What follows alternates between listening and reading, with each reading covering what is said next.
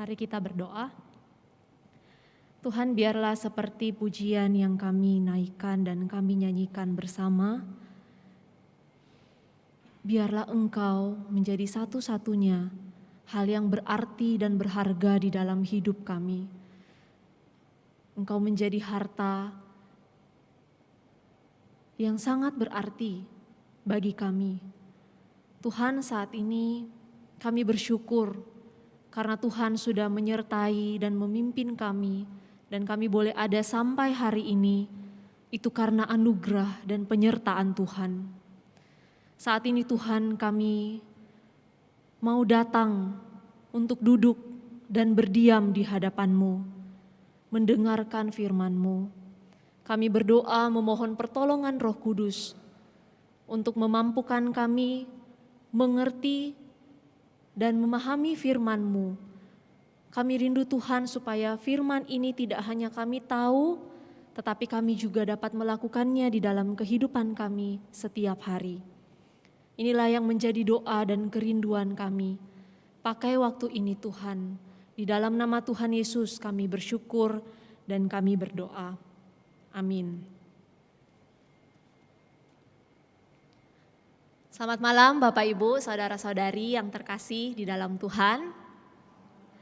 Bersyukur untuk penyertaan Tuhan di dalam kehidupan kita, bahkan kita boleh sampai di pertengahan minggu ini, gitu ya. Bapak Ibu Saudara, salah satu hal yang membuat persekutuan doa itu ada di tengah-tengah minggu adalah supaya kita bisa berhenti sejenak. Kita bisa berhenti sejenak dan mengatur kembali fokus hidup kita. Kenapa kita perlu lakukan hal ini? Ya karena tanpa disadari terkadang kita melakukan rutinitas kita dengan berulang tanpa tahu apa yang sebenarnya kita mau capai. Gitu ya. Tenaga kita habis untuk melakukan hal yang mungkin sebenarnya tidak penting-penting amat. Dan juga mungkin ada materi yang kita keluarkan dengan cuma-cuma tanpa mempunyai sebuah arti. Nah, oleh sebab itu, Bapak Ibu Saudara, kalau kita tidak fokus kepada satu tujuan, akan ada banyak hal yang terbuang dengan sia-sia. Tidak dapat dipungkiri itu ya. Banyak hal di dalam dunia ini yang kita anggap penting.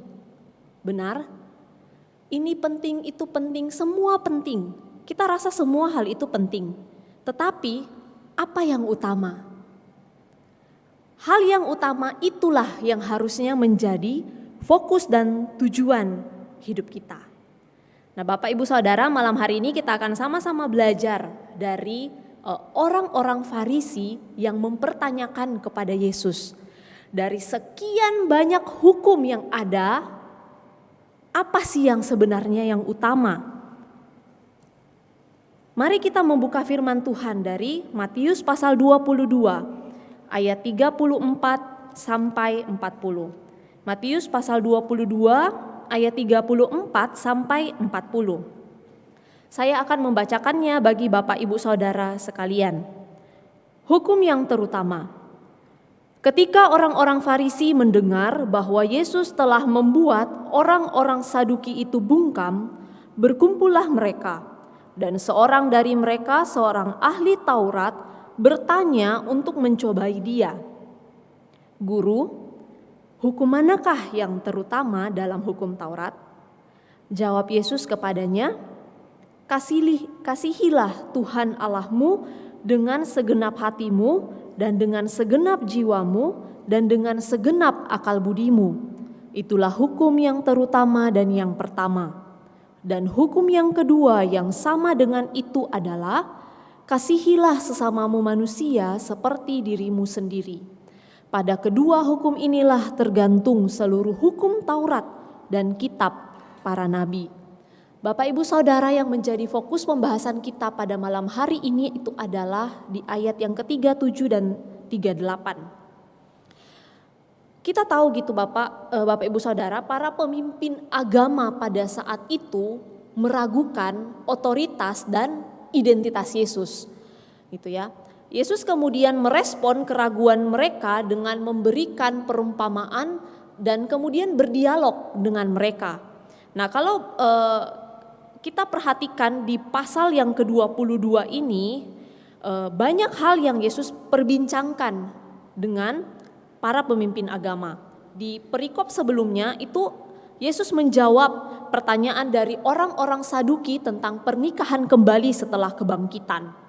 Nah, pada bagian yang tadi kita baca itu Yesus menjawab pertanyaan orang Farisi tentang hukum Taurat. Nah, perdebatan di antara atau di kalangan para nabi gitu ya, itu adalah satu hal yang biasa sebenarnya. Kenapa? Karena para nabi, orang-orang yang tahu tentang hukum itu, mereka mendiskusikan atau memperbincangkan mana kira-kira hukum yang cukup berbobot dan mana sebenarnya hukum yang cukup ringan. Nah, jawaban Yesus itu sungguh tidak terduga gitu ya. Karena Yesus menjawab dengan mengutip Shema Israel. Yesus menjawab dengan mengutip Shema Israel yang mengatakan, "Kasihilah Tuhan Allahmu dengan segenap hatimu dan dengan segenap jiwamu dan dengan segenap akal budimu." Nah, mengapa ini yang menjadi jawaban Yesus, Bapak Ibu Saudara? Nah, pertama kita bisa melihat sama-sama bahwa Yesus itu mengutip Shema Israel untuk membuktikan bahwa Yesus datang bukan untuk meniadakan hukum Taurat, tetapi justru menggenapinya. Yesus waktu itu adalah orang baru gitu ya. Orang baru yang datang memperkenalkan sebuah ajaran, dan tentunya para pemuka agama ahli Taurat itu melihat siapa orang ini gitu. Nah, Yesus mau mengkonfirmasi bahwa dirinya itu bukan ancaman, tetapi sebaliknya Yesus mau menunjukkan bagaimana itu menghidupi hukum Taurat. Melalui kehidupan dan pelayanannya, Yesus menunjukkan arti mengasihi Allah dengan segenap hati, segenap jiwa, segenap akal budi. Kalau Bapak Ibu Saudara mengingat ketika Yesus dicobai di padang gurun setelah berpuasa 40 hari, iblis datang kepada Yesus dan kemudian iblis mengutip gitu ya. Iblis mengutip ayat firman Tuhan. Dan dia berdialog dengan Yesus.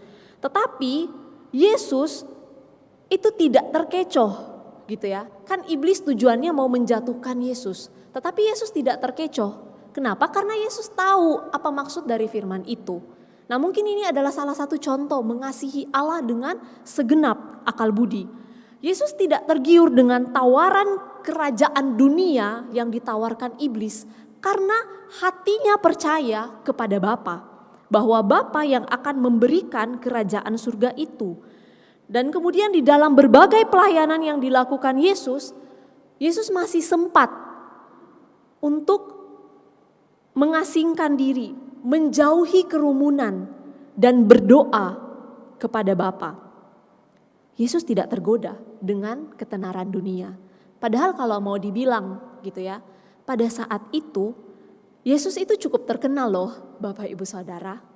Banyak orang yang sudah mendengar tentang Yesus, banyak orang yang sudah mendengar tentang apa yang Yesus lakukan. Kalau kita mau pakai istilah gitu ya, Yesus itu sedang naik daun pada saat itu. Jenjang karirnya itu sedang naik. Tetapi Yesus tidak lupa akan apa yang menjadi tujuannya datang ke dunia. Ia fokus mengerjakan apa yang menjadi misi Allah. Nah, bahkan sampai detik-detik terakhir hidupnya, Yesus tetap berkata di Taman Getsemani, ya.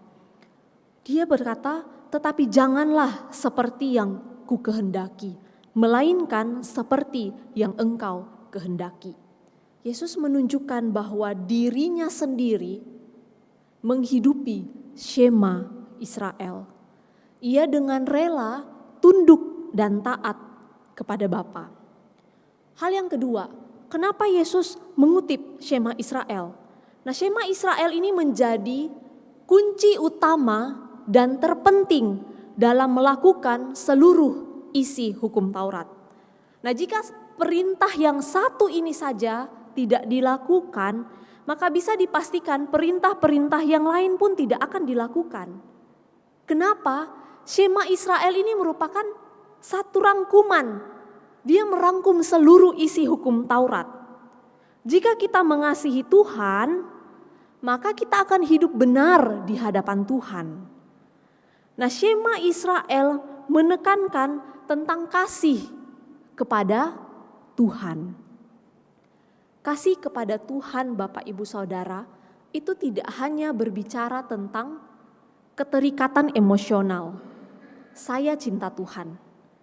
Tetapi itu juga berbicara tentang keputusan.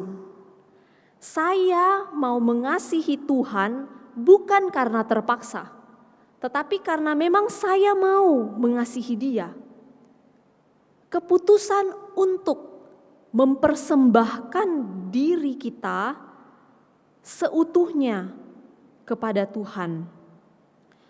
Dengan segenap hati, saya mau setia kepada Tuhan. Termasuk di dalamnya apa? Keinginan, emosi kita, pikiran, hati, dan kehendak.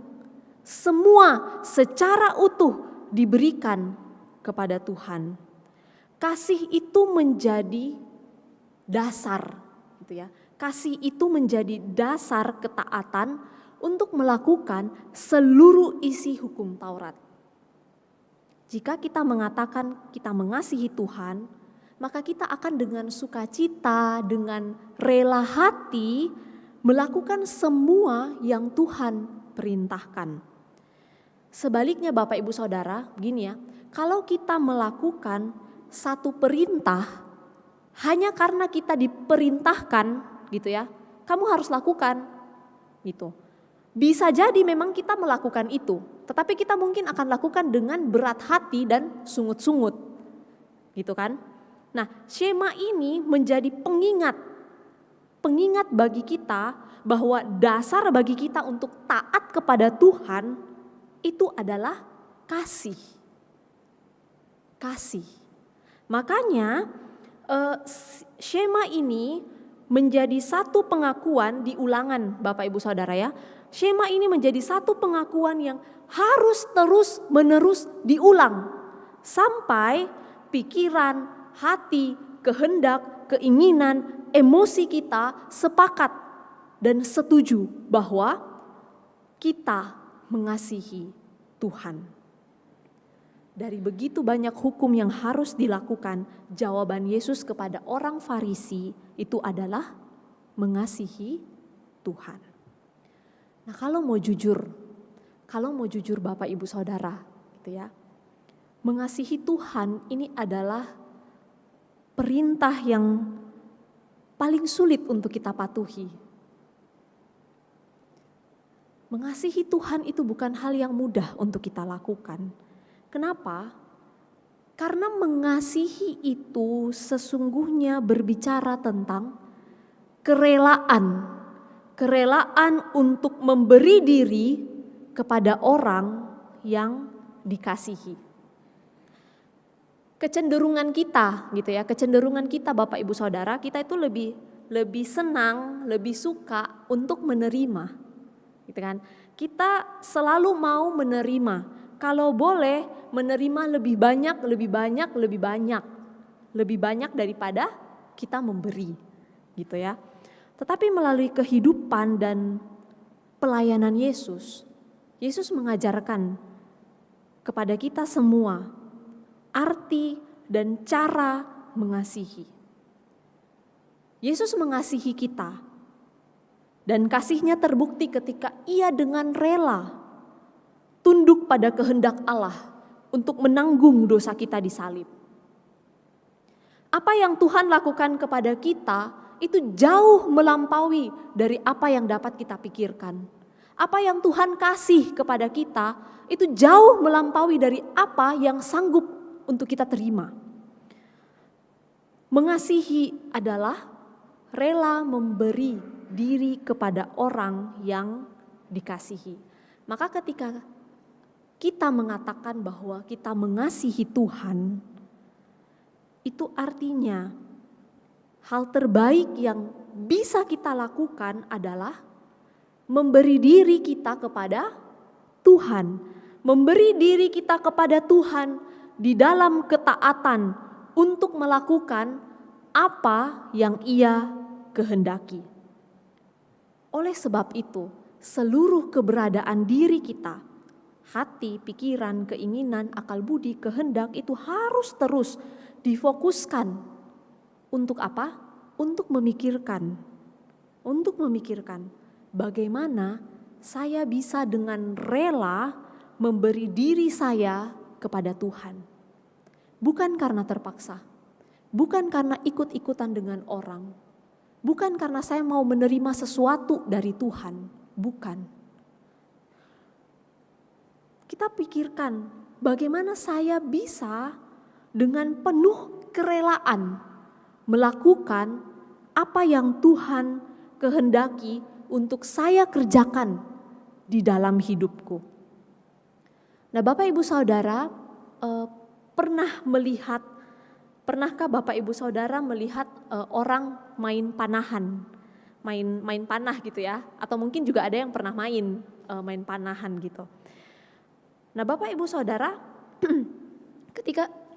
ketika kita main panah, mau memanah gitu ya, sebelum kita melepaskan panah atau melesatkan panah kita ke titik hitam yang ada di tengah itu ya, Bapak Ibu Saudara tahu ya, titik hitam yang ada di tengah, sebelum kita melepaskan panah kita ke titik itu, biasanya kita akan membidik terlebih dahulu, ya kan?